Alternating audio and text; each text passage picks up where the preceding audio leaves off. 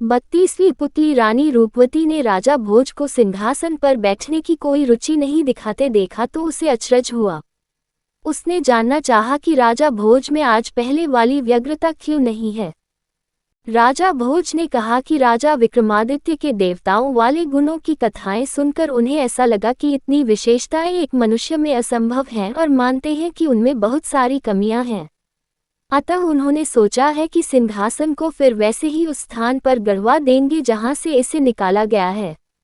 राजा भोज का इतना बोलना था कि सारी पुतलियां अपनी रानी के पास आ गईं।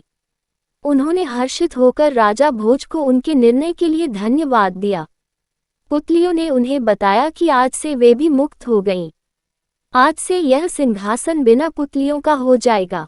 उन्होंने राजा भोज को विक्रमादित्य के गुणों का आंशिक स्वामी होना बतलाया तथा कहा कि इसी योग्यता के चलते उन्हें इस सिंहासन के दर्शन हो पाए। उन्होंने ये भी बताया कि आज से इस सिंहासन की आभा कम पड़ जाएगी और धरती की सारी चीजों की तरह इसे भी पुराना पड़कर नष्ट होने की प्रक्रिया से गुजरना होगा। इतना कहकर उन पुतलियों ने राजा से विदा ली और आकाश की ओर उड़ गईं। पलक झपकते ही सारी की सारी पुतलियां आकाश में विलीन हो गईं। पुतलियों के जाने के बाद राजा भोज ने कर्मचारियों को बुलवाया तथा गड्ढा खुदवाने का निर्देश दिया। जब मजदूर बुलवाकर गड्ढा खोद डाला गया तो वेद मंत्रों का पाठ करवाकर पूरी प्रजा की उपस्थिति में सिंहासन को गड्ढे में दबवा दिया।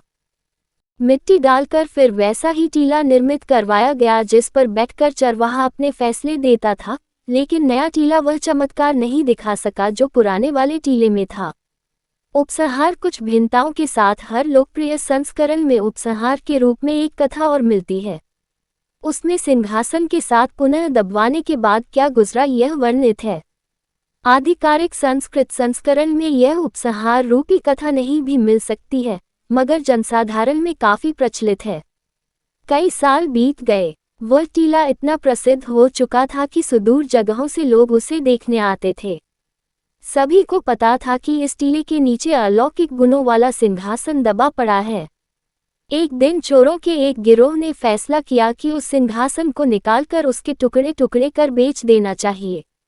उन्होंने टीले से मीलों पहले एक गड्ढा खोदा और कई महीनों की मेहनत के बाद सुरंग खोदकर उस सिंहासन तक पहुंचे। सिंहासन को सुरंग से बाहर लाकर एक निर्जन स्थान पर उन्होंने हथौड़ों के प्रहार से उसे तोड़ना चाहा। चोट पड़ते ही ऐसी भयानक चिंगारी निकलती थी कि तोड़ने वाले को जलाने लगती थी। सिंहासन में इतने सारे बहुमूल्य रत्न माणिक्य जड़े हुए थे कि चोर उन्हें सिंहासन से अलग करने का मोह नहीं त्याग रहे थे।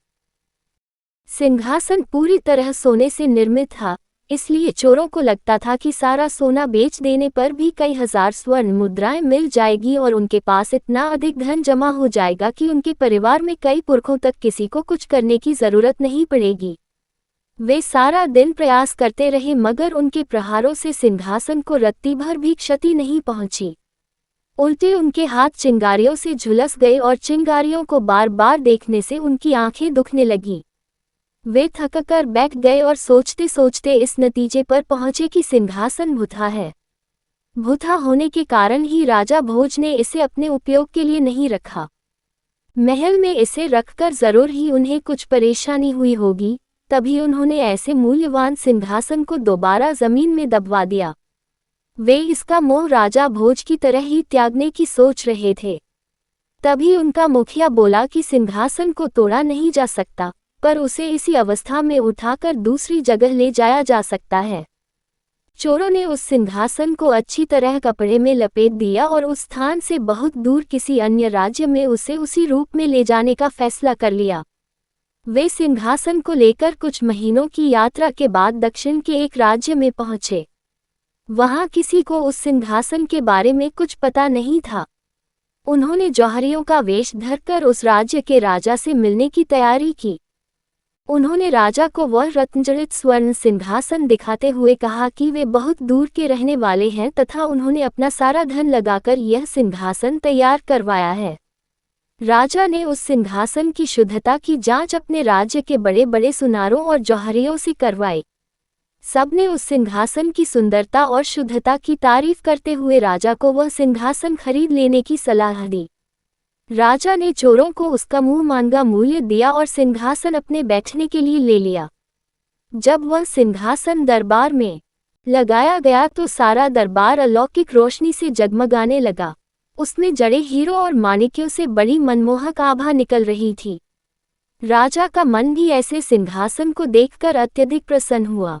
शुभ मुहूर्त देखकर राजा ने सिंहासन की पूजा विद्वान पंडितों से करवाई और उस सिंहासन पर नित्य बैठने लगा। सिंहासन की चर्चा दूर दूर तक फैलने लगी।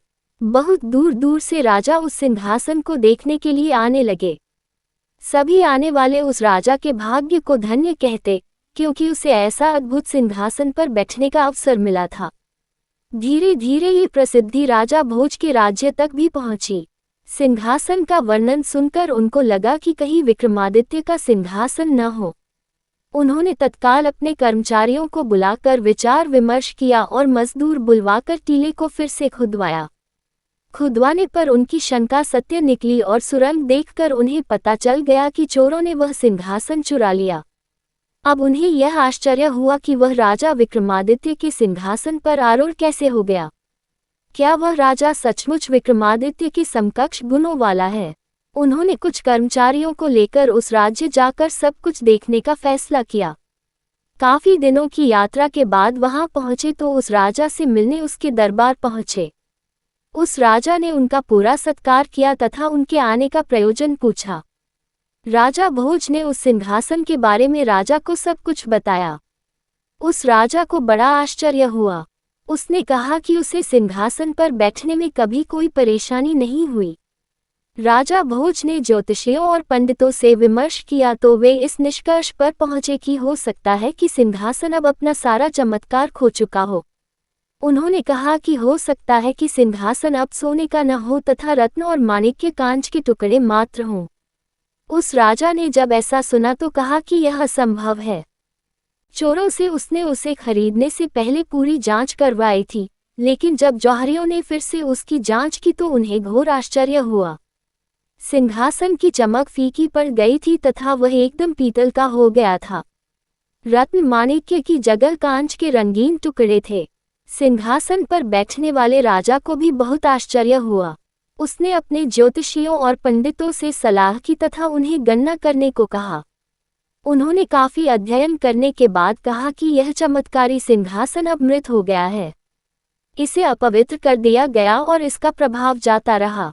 उन्होंने कहा, अब इस मृत सिंहासन का शास्त्रोक्त विधि से अंतिम संस्कार कर दिया जाना चाहिए। इसे जल में प्रवाहित कर दिया जाना चाहिए। उस राजा ने तत्काल अपने कर्मचारियों को बुलाया तथा मजदूर बुलवाकर मंत्रोच्चार के बीच उस सिंहासन को कावेरी नदी में प्रवाहित कर दिया। समय बीतता रहा। वह सिंहासन इतिहास के पन्नों में सिमट कर रह गया। लोक कथाओं और जन श्रुतियों में उसकी चर्चा होती रही। अनेक राजाओं ने विक्रमादित्य का सिंहासन प्राप्त करने के लिए कालांतर में एक से बढ़कर एक गोताखोरों को तैनात किया और कावेरी नदी को छान मारा गया, मगर आज तक उसकी झलक किसी को नहीं मिल पाई। लोगों को विश्वास है कि आज भी विक्रमादित्य की सी खूबियों वाला अगर कोई शासक हो तो वह सिंहासन अपनी सारी विशेषताओं और चमक के साथ बाहर आ जाएगा।